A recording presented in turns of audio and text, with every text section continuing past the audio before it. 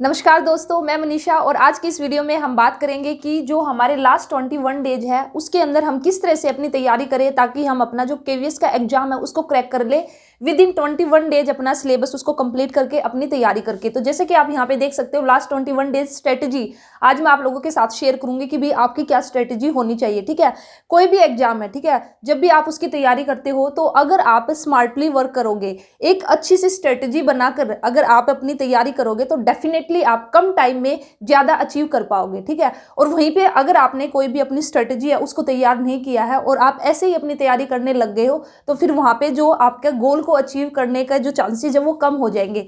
जैसे कि आप सभी को पता है केवीएस की जो एग्जाम डेट है, टेंटेटिव डेट आप लोगों की अनाउंस हो चुकी है, चाहे फिर पीआरटी है, टीजीटी है या पीजीटी है। तो आज की इस वीडियो में, ये वीडियो जो आज है आपकी, ये सभी कैंडिडेट्स के लिए, चाहे पीआरटी है, टीजीटी है, पीजीटी है, सभी के लिए हेल्पफुल रहने वाली है। और इस वीडियो को पूरा देखना और जो मैं टिप्स आप लोगों को बताऊंगी उन टिप्स को फॉलो करना। और डेफिनेटली अगर जो टिप्स मैं आज आपको मैं बताऊंगी, अगर आपने उनको फॉलो किया तो देखिए विद इन 21 डेज आप अपनी तैयारी बिल्कुल अच्छे से करके और जो आपका केवीएस का एग्जाम है उसको आप निकाल लोगे, क्वालिफाई कर लोगे।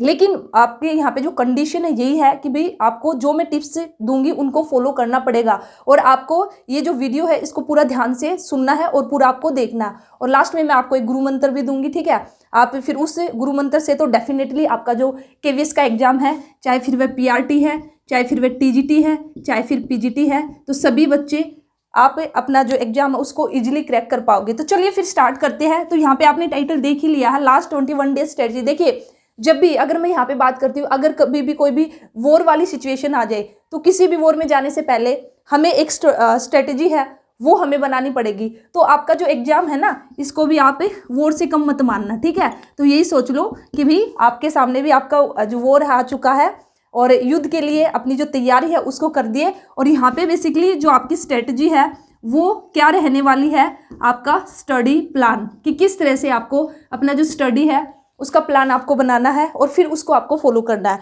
तो देखिए आपको क्या करना है, अभी जो आपके 21 डेज है इसके अंदर सबसे पहले आपको क्या करना है, अपना जो सिलेबस है वह आप अपना उठाइए, ठीक है, सिलेबस अपना चेक कीजिए। मैं यहाँ पे उम्मीद करती हूँ कि भाई कम से कम, क्योंकि ये तो नहीं है कि भाई आज ही आपके एग्जाम डेट आई है, तो एग्जाम डेट आए भी आपके 1 वीक के करीब हो चुका है।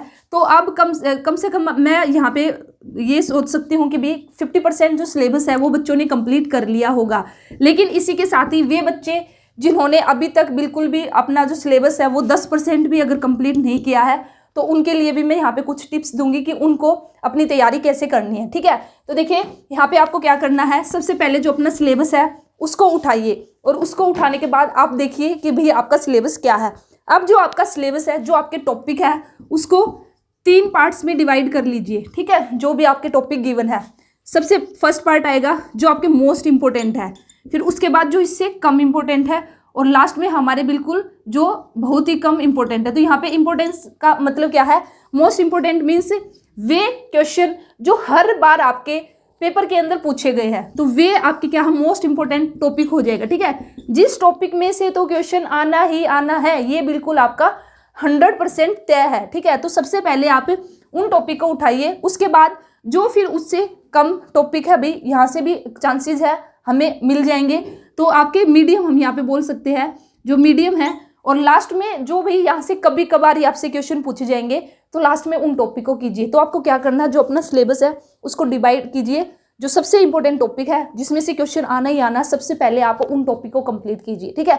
उसके बाद जो उससे कम इंपॉर्टेंट है और जो बिल्कुल कम है, जहाँ से कभी कभार ही देखने को मिलता है, तो अगर आपके पास लास्ट में टाइम बचता है तो जो बिल्कुल कम इंपॉर्टेंट टॉपिक है उनको कर लीजिए। अदरवाइज आपको ऐसे करना है, इस तरह से आपका जो स्टडी प्लान है वो आपको फॉलो करना है। और इसी के साथ ही अब आपको ये कैसे पता चलेगा कि भी कौन से टॉपिक इंपॉर्टेंट है, तो इसके लिए सबसे बेस्ट है PYQ। तो कम से कम 5 to 6 ईयर्स के आप PYQ है चेक कीजिए, वहाँ से आपको आइडिया हो जाएगा कि भी कौन से टॉपिक आपके इंपॉर्टेंट है और कौन से टॉपिक आपके ज़्यादा इंपॉर्टेंट नहीं है। और इसी के साथ ही जो भी आपका सिलेबस है, ठीक है, अभी यहाँ पे मैं बात करती हूँ, तो आपका एक कॉमन पेपर रहेगा जो सभी के लिए कॉमन है और फिर जो सेकंड पेपर है वह आपका सब्जेक्ट स्पेसिफिक रहेगा। तो दोनों की ही तैयारी आपको साथ के साथ लेके चलनी है, क्योंकि कॉमन पेपर अगर मैं यहाँ पे पीजीटी की बात करती हूँ तो यहाँ पे आपका 80 मार्क्स का है और उसके बाद आपका जो सब्जेक्ट स्पेसिफिक है, सब्जेक्ट स्पेसिफिक आपका वह आपका 100 मार्क्स का है। तो आप ऐसा भी नहीं है कि भाई सिर्फ सब्जेक्ट की तैयारी करके जाओगे और कॉमन को छोड़ दोगे। टीजीटी का भी आपका सेम ही है, ठीक है, 80 मार्क्स है और सब्जेक्ट स्पेसिफिक आपका 100 मार्क्स है। तो ऐसा तो नहीं है कि भी एक आप सब्जेक्ट करोगे उसी में काम चल जाएगा, तो आपको कॉमन पेपर भी साथ के साथ उठाना है। तो अब आपको अपना जो स्टडी स्लॉट आपको बनाना, अपना जो आपका जो सिलेबस है, ठीक है, तो आप अपना जो डे है उसको डिवाइड कीजिए अपने डे को, ठीक है, जितने भी आपके जो स्टडी स्लॉट हो सकते हैं 2 3 4, तो इस तरह से आप जैसे आप ये कर लीजिए, जो आपके स्टार्टिंग मॉर्निंग में आप अपना जो सब्जेक्ट है उसको रख लीजिए, ठीक है। सब्जेक्ट में भी आपके, जैसे मैं पीजीटी कॉमर्स की स्टूडेंट हूँ, तो पीजीटी कॉमर्स की अगर मैं बात करती हूँ तो जो आपका जो सिलेबस है उसको डिवाइड किया गया है 2 पार्ट्स में, ठीक है। आई थिंक जो अदर सब्जेक्ट होंगे तो मे भी हो सकता है उनका भी ऐसे ही, आप अपने सब्जेक्ट के अकॉर्डिंग देख लेना। तो जो सब्जेक्ट है, तो अगर मैं कॉमर्स की बात करती हूँ तो जैसे उनका अकाउंटेंसी में और बिजनेस मैनेजमेंट में आपका बिजनेस स्टडी के अंदर डिवाइड है, तो आप सुबह मॉर्निंग में अकाउंट्स कर लीजिए, फिर आप बीच में आफ्टरनून में आप अपना जो कॉमन पेपर है उसको उठा लीजिए, और फिर जो लास्ट में, ठीक है, इवनिंग टाइम आप क्या कर लीजिए, अपना बिजनेस स्टडीज है। तो इस तरह से आपको डिवाइड करना। और अब आपको देखना है कि टोटल आपके कितने चैप्टर है। अब आपको कोशिश करनी है दिन में कम से कम आपका जो एक सब्जेक्ट है, जैसे मैं अकाउंट्स की बात करती हूँ, तो जो अकाउंट्स है उसके कम से कम 3 से 4 चैप्टर एक दिन में करने की कोशिश कीजिए, क्योंकि तभी जाकर आप अपना जो सिलेबस है उसको कंप्लीट कर सकते हो। क्यों, मैं ऐसा क्यों बोल रही हूँ, आप लोगों का अभी जो टारगेट है वो क्या होना चाहिए कि भाई 5 फरवरी तक आप लोगों को अपना जो सिलेबस है उसको क्या कर लेना है, कंप्लीट, ठीक है। चाहे किसी ने 50% किया है या किसी ने 10% सिलेबस किया है, 5 फरवरी तक आप लोगों को अपना सिलेबस यहाँ पे कंप्लीट कर लेना है। ऐसा क्यों, क्योंकि देखिए जो पीजीटी का आपका एग्जाम होगा वो 16 फ़रवरी से स्टार्ट है, तो कम से कम आप लोगों के पास 10 दिन होने चाहिए रिवीजन के लिए।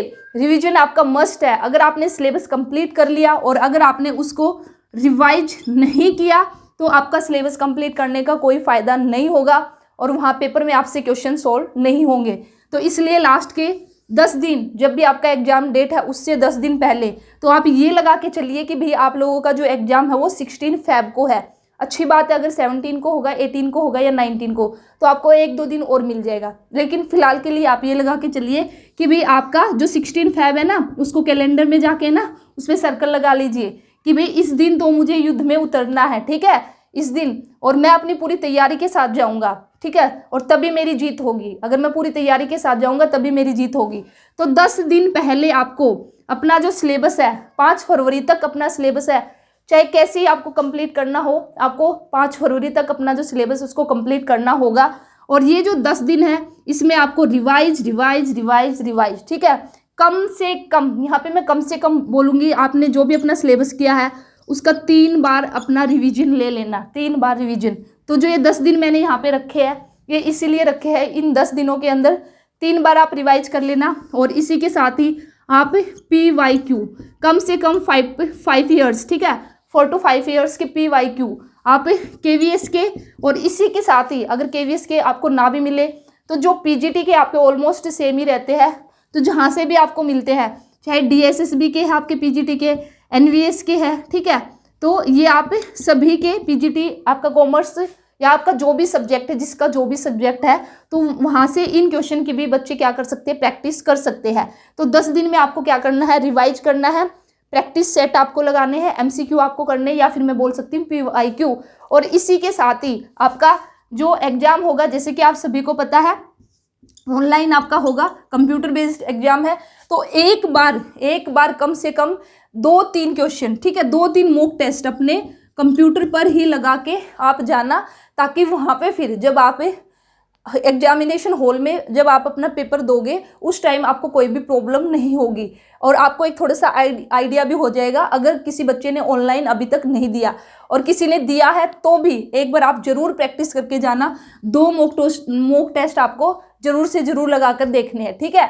तो आपकी स्ट्रेटजी बेसिकली आपको यहाँ पे, हाँ, 1-2 और टिप्स मैं आपको यहाँ पे अगर बोलना चाहूँ तो आपको किन किन बातों का ध्यान रखना है। तो देखिए, जो भी आप अपनी स्टडी करोगे तो सबसे पहले आप जो भी लाइव वीडियोज है उनको देखना छोड़ दीजिए, ठीक है। लाइव वीडियो की बजाय आप जो रिकॉर्डेड वीडियोज है उनको देखिए। मैंने ऐसा क्यों बोला क्योंकि लाइव वीडियो में टाइम ज़्यादा लगता है और वहीं पे रिकॉर्डेड वीडियोज में टाइम कम लगेगा। क्यों? क्योंकि रिकॉर्डेड वीडियो को आप स्पीड करके सुन सकते हो, देख सकते हो। तो इसलिए जब भी आप कोई भी वीडियो देखते हो किसी की भी, तो उसको स्पीड पर, ठीक है, 2x की स्पीड पर सुन सकते हो तो और अच्छी बात है, नहीं तो 1.75 या फिर 1.5 की स्पीड पर उसको सुनिए। इसलिए लाइव वीडियो से थोड़ा दूर ही रहना, ये मत सोचना कि भी लाइव अटेंड हम करेंगे। तो ये बात आपको ध्यान रखनी है। और अपना जो टाइम है ना, अपना जो स्टडी आपका टाइम है उसको फिक्स कर लीजिए, ठीक है। स्टडी टाइम को आपको क्या करना है, फिक्स करना है कि भाई मुझे इस टाइम करना है तो करना है, ठीक है। आप अपने कंफर्टेबल के अकॉर्डिंग, क्योंकि सभी का कंफर्टेबल जोन अलग अलग है। अब मैं यहाँ पे एक टाइम टेबल आपको अगर दे दूँ तो हो सकता है कि कोई उसको फॉलो कर पाए, कोई ना कर पाए, क्योंकि यहाँ पे हाउसवाइफ भी होंगी जो तैयारी कर रही है, ठीक है, जो वर्किंग है वे भी है, तो सभी तरह के बच्चे हैं। तो इसलिए आप अपने अकॉर्डिंग अपना स्टडी टाइम है उसको फिक्स कर लीजिए, और मुझे इस टाइम अपने लिए निकालना है और इस टाइम मुझे स्टडी करनी है तो मुझे करनी है, ठीक है। तो ये 2-4 बातें हैं, इनका आपको ध्यान रखना। क्या मैंने बताया, एक तो रिकॉर्डेड वीडियोस देखने की कोशिश कीजिए स्पीड में करके, इसी के साथ ही जो स्टडी टाइम है उसको फिक्स कीजिए। अपना जो सिलेबस है उसको देखिए, देखने के बाद फिर वहाँ से टॉपिक है PYQ चेक करके, और जो इंपॉर्टेंट टॉपिक है उनको अलग से रखिए। पहले जो इंपॉर्टेंट टॉपिक है उनको कीजिए, उसके बाद में जो लेस इंपॉर्टेंट टॉपिक है, और कोशिश कीजिए सभी, चाहे PRT है, TGT है, PGT है, 5 फरवरी तक अपना सिलेबस कंप्लीट करने की। और उसके बाद फिर आपको रिवाइज करना है, और जो भी अपने मॉक टेस्ट वगैरह MCQ जितना हो सके PYQ, ये सब आप लगा के करिए। अगर आप ऐसे अपनी तैयारी करते हो तो 21 दिन के अंदर भी आप क्या कर सकते हो, अपना सिलेबस है उसको कंप्लीट कर सकते हो। तो जैसे कि मैंने बोला था कि लास्ट में गुरु मंत्र आपका यही है कि भाई आपको रिवाइज जरूर करना है, और कम से कम अगर मेरी यहाँ पे मानो तो आप तीन बार रिवीजन करके जाना। जितना भी अपना सिलेबस करो कम से कम, ज़्यादा करोगे तो और अच्छा रहेगा। रिवीजन और PYQ ये मत छोड़ के जाना, प्रैक्टिस सेट ये आपको जरूर करने, ठीक है। या तो आप अभी से करना स्टार्ट कर दीजिए, आप अपने कॉन्सेप्ट है उनको भी स्ट्रॉन्ग करते रहिए अभी साथ के साथ, और साथ के साथ डेली आप 50 क्वेश्चन 50 MCQ भी आप अभी से स्टार्ट कर दीजिए। इससे आपकी और अच्छी तैयारी हो जाएगी। आज से ही आप स्टार्ट कर दीजिए MCQ भी करने स्टार्ट आज से, ठीक है। अपना सिलेबस भी करते रहो। और हाँ, एक बात और, जो आप अपना दिन में जो अपना टाइम टेबल बनाओगे, तो टाइम टेबल बनाकर जो भी आपने दिन में जितना भी आपने किया है, जितनी भी आपने पढ़ाई की है, उसके बाद उसको रात को सोने से पहले 2 घंटे आपने, ठीक है, 2 घंटे अपने रिवीजन के निकालिए। ऐसा नहीं है कि भाई हम एक बार सिलेबस कंप्लीट करने के बाद ही सारा फिर से रिवाइज करेंगे। जो एक दिन में जितना भी आपने पढ़ा है उसको फिर रात को सोने से पहले एक बार और रिवाइज कर लीजिए, तो वो फिर आपके माइंड में से कोई नहीं निकाल सकता, ठीक है। और जो टाइम टेबल है, अगर आप चाहो तो मैं आपको एक टाइम टेबल भी बना के दे सकती हूँ, उसके रिगार्डिंग कमेंट सेक्शन में बता देना, तो वो भी मैं बिल्कुल अच्छे से भी किस तरह से आपको कब क्या करना चाहिए, तो वो आप के कमेंट पे डिपेंड करेगा अगर आप चाहो।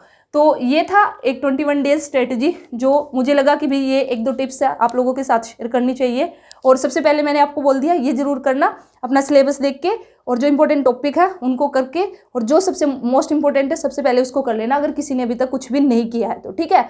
और अगर आपका सिलेबस हो चुका, ऑलमोस्ट होने वाला है, तो जितना भी बचा हुआ है एक बार उसको कंप्लीट कर लीजिए, और कंप्लीट करने के बाद फिर अपना रिवीजन और जो प्रैक्टिस सेट है वो आप अपने लगाइए, PYQ कीजिए। तो इस तरह से अगर आप करोगे तो विदिन 20 डेज भी आप अपनी जो तैयारी करके अच्छे से, और आप अपना जो KVS का एग्जाम है उसको क्रैक कर सकते हो। तो चलिए फिर मिलते हैं नेक्स्ट वीडियो में, और आप कर सकते हो, you can do it. All the best, thank you.